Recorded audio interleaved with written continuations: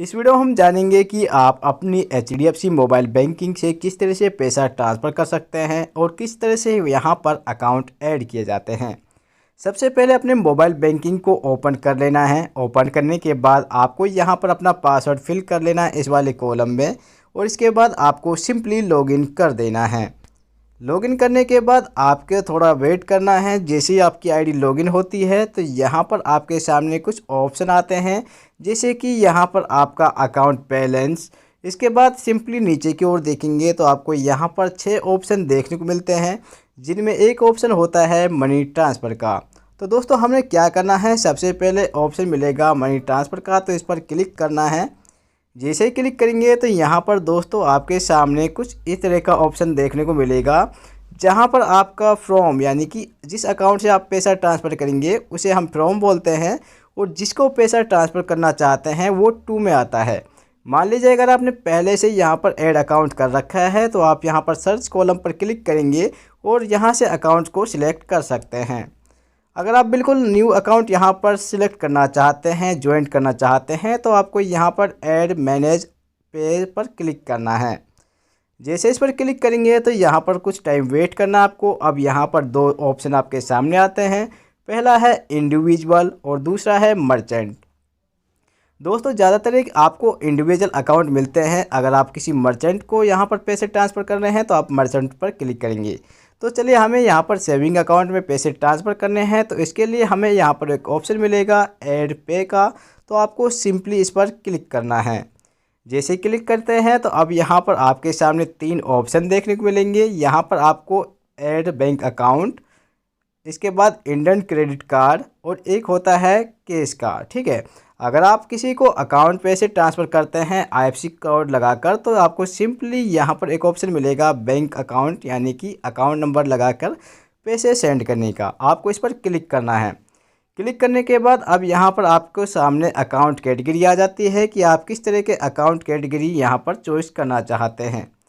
मान लीजिए आपके पास कोई HDFC का पहले से अकाउंट है, या फिर आप किसी को HDFC अकाउंट में ट्रांसफ़र करना चाहते हैं पैसा, तो यहाँ पर सिंपली आपको HDFC बैंक अकाउंट पर क्लिक करना होगा। मान लीजिए अगर आप किसी को नॉन अकाउंट यानी कि नॉन HDFC अकाउंट जैसे कि SBI, बैंक ऑफ बड़ौदा या फिर बैंक ऑफ इंडिया जैसे अकाउंट में किसी और में ट्रांसफ़र करते हैं, तो जैसे कि यहाँ पर लिखा हुआ है non HDFC bank account in India, यानी कि HDFC को छोड़कर कोई भी बैंक अकाउंट है, तो आपको उसके लिए क्लिक करना है नॉन HDFC वाला ऑप्शन। तो आपको सिंपली इस पर क्लिक करना है। अब यहाँ पर कुछ ऑप्शन आपको दिखाए जाते हैं, जैसे कि आपका नेम ऑन अकाउंट। इसका मतलब है दोस्तों जो भी आपका अकाउंट नेम है, यानी कि जो आपका अकाउंट में नाम दिया गया है, वो यहाँ पर आपको फिल करना है। इसके बाद आपको मिलेगा सेकंड नंबर अकाउंट नंबर का, तो यहाँ पर आपको अकाउंट नंबर फिल करना है। इसके बाद तीसरा कॉलम मिलेगा आपको री एंटर का, यानी कि आपको जो अकाउंट है वो सेम टू सेम इस कॉलम में फिल कर देना है, यानी कि वो टाइप कर देना है। याद रहे दोनों में आपको अकाउंट सेम ही रखना चाहिए। इसके बाद आपको यहाँ पर एक ऑप्शन मिलेगा अकाउंट टाइप का, कि आपका अकाउंट है वो किस टाइप का है। यहाँ आपको कोई और भी ऑप्शन मिल सकते हैं, पर यहाँ पर ज़्यादातर आपको कुछ इस तरह का ऑप्शन मिलेगा, जैसे कि आपका अकाउंट सेविंग है, करंट है, या फिर ओवरड्राफ्ट, कैश क्रेडिट या लोन अकाउंट है, तो आपको यहाँ से चॉइस करना पड़ेगा। अब हमें क्या करना है, हमें सेविंग अकाउंट में पैसे ट्रांसफ़र करने हैं, तो हमें सिंपली सेविंग पर क्लिक करना है। क्लिक करने के बाद अब ऑप्शन आता है फाइंड ब्रांच IFSC कोड का। अगर आपको अपना IFSC कोड याद नहीं है तो आप यहाँ पर अपना IFSC कोड सर्च कर सकते हैं। अगर आप फाइंड पर क्लिक करेंगे, फाइंड पर क्लिक करने के बाद आपको यहाँ पर ऑप्शन मिलेगा IFSC कोड का। यहाँ से आप IFSC कोड लगा सकते हैं।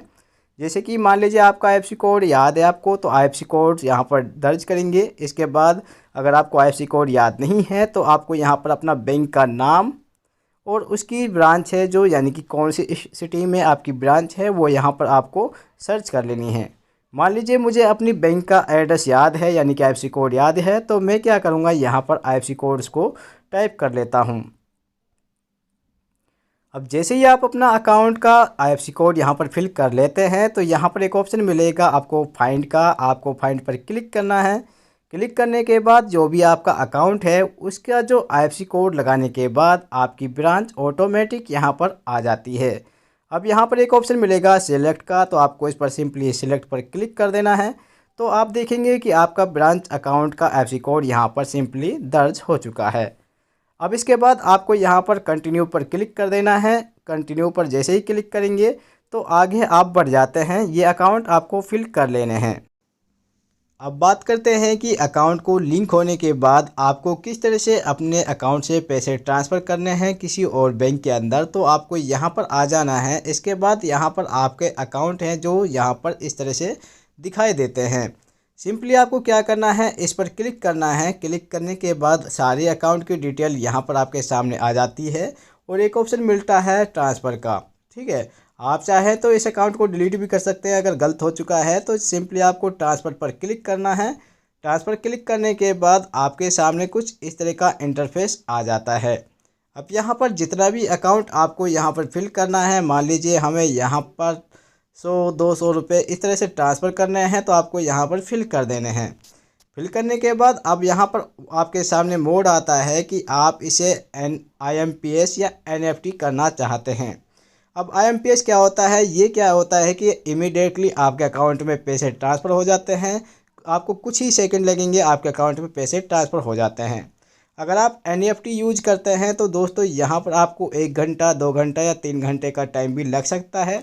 ये बैंकिंग के रूल के हिसाब से होता है।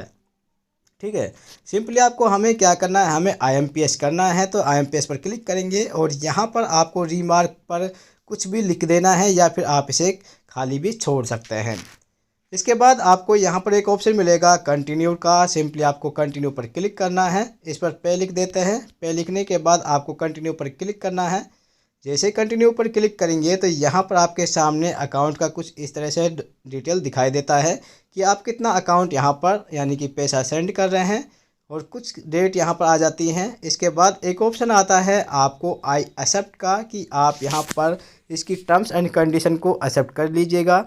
जैसे एक्सेप्ट करते हैं दोस्तों, यहाँ पर टिक करना, आपको टिक करने के बाद दोबारा से कन्फर्म पर क्लिक करना है। इस पर कन्फर्म पर क्लिक करने के बाद आपका जो पैसा है वो यहाँ से ट्रांसफ़र होने के लिए वेरिफिकेशन मांगता है। आप यहाँ पर ईमेल आईडी या फिर आप मोबाइल नंबर दोनों से कन्फर्म करा सकते हैं। अगर आप अपने मोबाइल नंबर पर OTP लेना चाहते हैं तो मोबाइल पर क्लिक करेंगे। इसके बाद कंटिन्यू पर क्लिक करेंगे। अब यहाँ पर आपके मोबाइल पर एक OTP सेंड किया जाता है जो कि ऑटोमेटिक फिल हो जाता है। इसके बाद कंटिन्यू वाले ऑप्शन पर क्लिक करेंगे और यहाँ से आपका जो पैसा है वो ट्रांसफ़र हो जाता है आपके अकाउंट में। अब यहाँ पर आपके अकाउंट में जो भी पैसा ट्रांसफ़र हुए हैं उसका मैसेज और यहाँ पर आपको उसकी डिटेल यहाँ पर मिल जाती है कि आपने कितना पैसा ट्रांसफ़र किया है और कितना नहीं। इसके बाद आपको सिंपली डन पर क्लिक करना है और आपके पैसे का जो ट्रांसफ़र है वो अकाउंट में हो जाते हैं।